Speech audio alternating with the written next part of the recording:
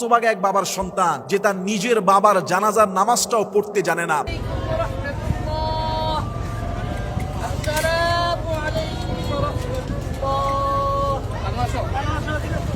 সবাই যখন সালাম ফিরিয়ে ফেললো, ইমাম সাহেব যখন আসসালামু আলাইকুম রহমতুল্লাহ বলে দুই দিকে সালাম ঘুরালেন, কিন্তু তিনি সালাম ঘুরান নাই এবং নামাজটি তিনি কিভাবে শেষ করেছেন তিনি হয়তো নিজেও বুঝতে পারেন নাই। আমরা দেখেছি যে মোমের মতো তিনি দাঁড়িয়েছিলেন এবং একদিকে তাকায়া তিনি সবার মতো স্বাভাবিক হয়ে গেলেন। আমরা দেখেছি জানাজায় উনি একটা প্লাজু পরে চলে আসছে, মেয়েদের প্লাজু।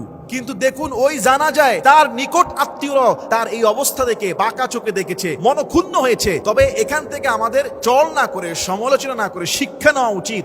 সোশ্যাল মিডিয়াতে আমরা দেখেছি যে একজনের জানাজার নামাজ দিয়ে অনেক আলোচনা, সমালোচনা এবং অনেক কথা বলা হচ্ছে যে তিনি নাকি বাংলাদেশের একজন সুদর্শন পুরুষ এবং সেই ব্যক্তিটি তার বাবার জানাজায় সবাই যখন সালাম ফিরিয়ে ফেললো, ইমাম সাহেব যখন আসসালামু আলাইকুম রহমতুল্লাহ বলে দুই দিকে সালাম ঘুরালেন, কিন্তু তিনি সালাম ঘুরান নাই এবং নামাজটি তিনি কিভাবে শেষ করেছেন তিনি হয়তো নিজেও বুঝতে পারেন নাই। আমরা দেখেছি যে মোমের মতো তিনি দাঁড়িয়েছিলেন এবং একদিকে তাকায়া তিনি সবার মতো স্বাভাবিক হয়ে গেলেন। এইটা নিয়ে সোশ্যাল মিডিয়াতে অনেকে তাকে নিয়ে ট্রল করছেন, তাকে নিয়ে অনেক আলোচনার জন্ম দিচ্ছেন যে এমন একজন ব্যক্তি তার বাবার জানাজায় সালাম পর্যন্ত ঘুরাতে পারে নাই। আমি বলবো ভাই, এই ভাইটিকে দোষ দিয়ে লাভ কি? আপনি দেখুন উনার মতো আজকে আমাদের সমাজে আরো এলিট শ্রেণী, আরো শিক্ষিত বড় বড় পলিটিক্যাল রাজনীতিবিদ, তাদের জানাজায় গেলে দেখা যায় কেউ হাত বাঁধতে পারে না, কেউ আবার জানাজার নামাজে ঈদের নামাজের মতো শুরু করে দেয়, কেউ আবার সালাম ঘুরাতে পারে না। আসলে এই যে ভাইটি এডলফ খান তার নাম, তাকে দোষ দিয়ে লাভ নেই। এরকম অসংখ্য ব্যক্তি আছে যারা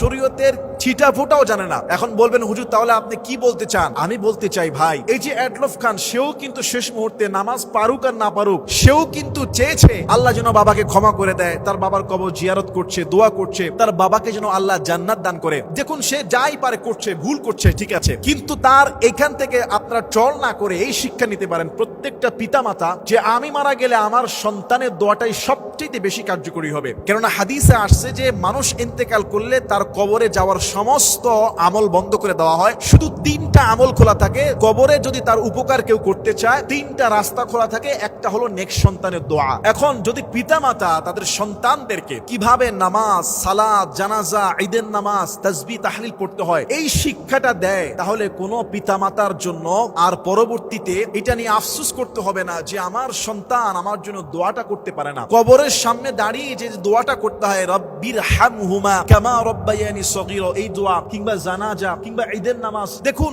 আমি দেখছি যে দেখেন যে ব্যক্তি সপ্তাহে একদিনও নামাজ পড়ে সেও কিন্তু জানে যে আসসালামু আলাইকুম রহমতুল্লাহ ইমাম সাহেব যখন বলে তখন কোন কাজটা করতে হয়, সালাম ডানে বামে ঘুরাতে হয়। হয়তো এডলফ খান ভাই অভ্যস্ত না, যে সালাম হয়তো শুনতেও অভ্যস্ত না। আজকে যদি তার পরিবারের যেই গার্ডিয়ান, অভিভাবক, আল্লাহ তার বাবাকে জান্নাত দান করুন, একজন মুসলিম হিসেবে আমি তার জন্য দোয়া করি, কিন্তু তার পিতামাতা যদি তাকে এই শিক্ষাটা দিত যে কিভাবে সালাত আদায় করতে হয়, জানাজা পড়তে হয়, কিভাবে নামাজ পড়তে হয়, আজকে কিন্তু তাকে নিয়ে মানুষ আজকে এই চল করতো না। অনেকে এভাবে লিখছেন, হতভাগা এক বাবার সন্তান যে তার নিজের বাবার জানাজার নামাজটাও পড়তে জানে না। এই কেমন বাবা মা? এইভাবে বললে আসলে হয়তো ভাইটি মনে কষ্ট পাবে যদি আপনারা এইভাবে চল করেন, যেহেতু তিনি তার বাবাকে হারিয়েছেন। আমরা দোয়া করি আল্লাহ তার বাবাকে জান্নাত দান করুন। এবং এই ভাইটিকে যদি আমি পেতাম, তাকে আমি নিজে হয়তো শিখিয়ে দিতাম যে কিভাবে ভাই কোন কাজটা করতে হয়, আমরা শিখিয়ে দিব। তবে এখান থেকে আমাদের চল না করে, সমালোচনা না করে শিক্ষা নেওয়া উচিত প্রত্যেকটা পিতামাতা যে আপনি আজকে শিক্ষা দিচ্ছেন না, আপনি মারা গেলে আপনার এই সন্তানটাও চাইবে আল্লাহ যেন আপনাকে জান্নাত দান করে। কেননা নিজের সন্তান, নিজের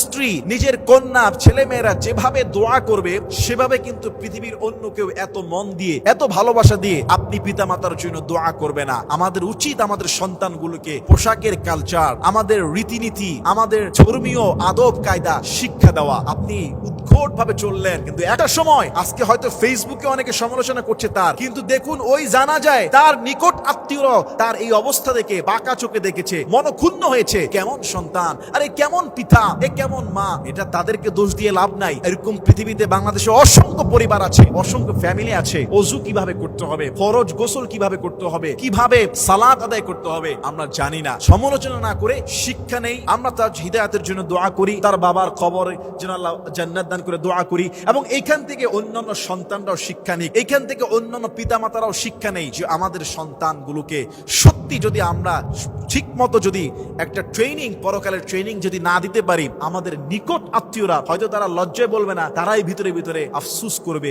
দুঃখে পড়ে যাবে। সুতরাং আপনার ছেলেকে, আপনার মেয়েকে আপনি যত হাই এডুকেটেড করেন, আপনি যেখানেই পড়ান, যাই করান, একটা শিক্ষা দিবেন, যেহেতু মুসলিম আমরা, যেহেতু মুসলিম দেশে বসবাস করছি, যেহেতু আমরা মুসলিম হয়ে মারা যাব, যেহেতু আমাদের মুসলিম রীতিতে নীতিতে জানাজা হবে, কবর হবে, দোয়া হবে, মুসলিম নীতিতে আপনার আমার বাবাকে গোসল দেওয়া হবে, মানুষ আসবে দেখবে।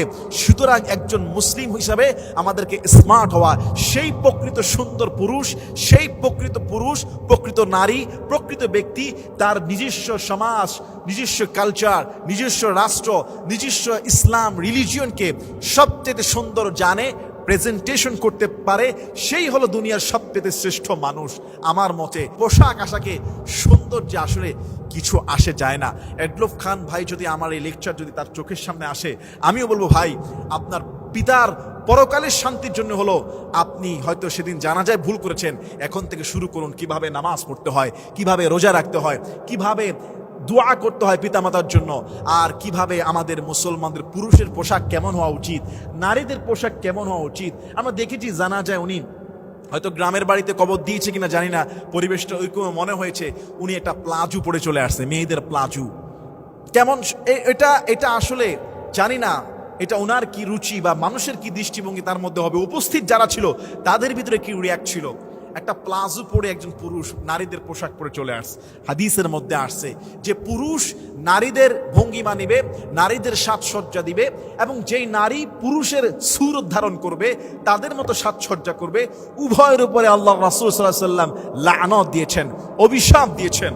আল্লাহ তাআলা আমাদের সবাইকে শিক্ষা নেওয়ার, শিক্ষা দেওয়ার এবং শিক্ষা গ্রহণ করার মন মানসিকতা তৈরি করুন। কাউকে ছোট না করে, ক্রিটিসাইজ না করে, কাউকে যেন শিখানো যায়। তবে কখনো কখনো কিছু কিছু আলোচনা, কিছু কিছু সমালোচনা অনেক মানুষকে সংস্কার করে, তার বুদ্ধি বিবেককে খুলে দেয়, তাকে হয়তো তার এই অপরাধের কারণে লজ্জিত করে তার মনটা আবারও ভালো পথে ফিরে আসে। আল্লাহ আমাদের সবাইকে বুঝার আমল করার তৌফিক দান করুন। আল্লাহুম্মা আমিন।